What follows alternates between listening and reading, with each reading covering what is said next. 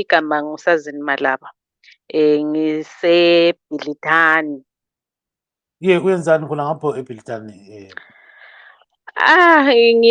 Ngiyasebenza sengilapha kweminyaka engu-21. Ngilapha kuleli lizwe.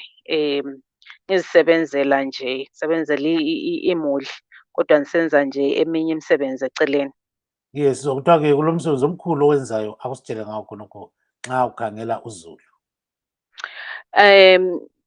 Umsebenzi engiwenzayo ngokuncedisa abantu abaswelayo ekhaya kwelakithi eZimbabwe, lokuthuthukisa omama nje abalapha eNgilandi kanye laseZimbabwe. Sithuthukisana, sincedisana, sibambisana entweni zonke esizenzayo, ama-projects, ukwakha izifuyo, into ezifana nalezo.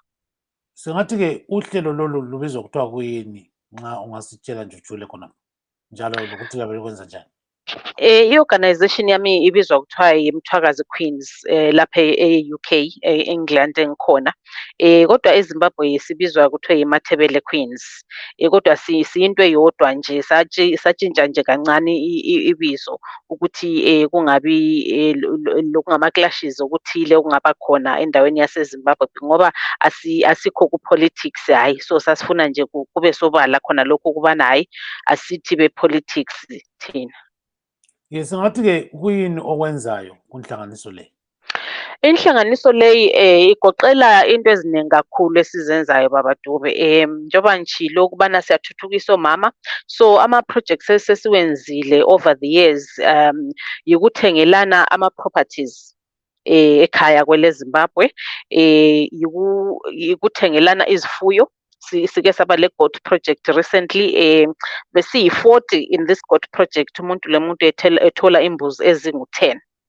And kathesi esikukhangeleyo ukuthi end of May siyaqalisa i-cattle project, so siyabe sithengelana inkomo zokufuya, ukubana lathi singomama sinje singabe silokhu silinde obaba ukubana yibo kuthiwa babheke lokhu, nguye ubaba osukume siye emsebenzini, lathi kube khona esikwenzayo sincedisa. Asitsho ukuthi sithi 50-50, hhayi, kodwa sithi hhayi lathi siyabambisana labo baba siyenze lathi siphakama njengembokodo.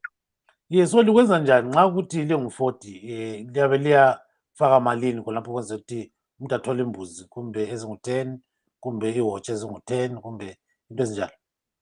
So ama-projects ethu esikhathini esiningi ahamba kwebanga esingathi 10 weeks. So siyagrupana sibe ngu-10, igroup ibe le 10. So i-10 liyana siyachayelana imali every week. So njengokuthi ingxenye imbuzi ezingu-10 nxa for example maybe $500, so every week siyakwazi ukuthi nxa singu-10 siyabe sikhipha $50. Sithenge lo okokuqala, iviki elilandelayo sithenge lo wesibili, iviki elilandelayo njalo njalo kuze kuyephela. So ama-groups la ebengu-4 esile 10 phakathi. Kuyasebenzeka nxa kunjalo?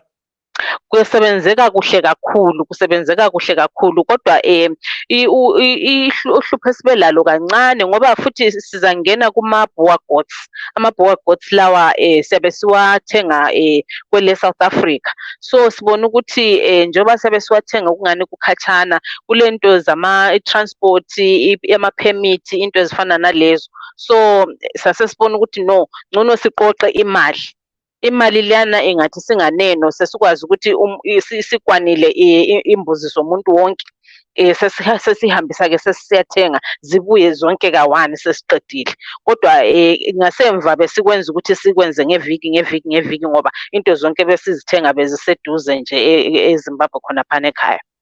Nxa kuyikuthi kulabantu abafuna ukuthi bangene kunhlanganiso leyo, kumele benzeni? Abantu bangangena through i-Facebook page yethu iMthwakazi Queens, or sile WhatsApp group esithi Matabele Queens Worldwide.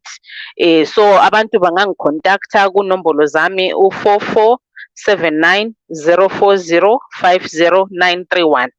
Singathi khonapho kubayabhadala kumbe akulanto ebhadalwayo nxa umuntu ejoyina? Silama-membership fee $5 each year umuntu nxa ebuya. Njalo ama-club ethu amaningi, first installment umuntu uyachaya le $5 yokuqala i-membership fee ngoba sile office koBulawayo lapha, so i-office liyana siyabe sifuna ukuthi sinakekele, sikhokhele indleko zangikhona, sile Wi-Fi ofisini, silokwenza futhi ama-workshops lama-trainings, siyake siyenze ama-breast cancer workshops, siyake siyenze ama-IT workshops. So kuningi esikwenzayo engingazange ngasakhuluma ngakho manje.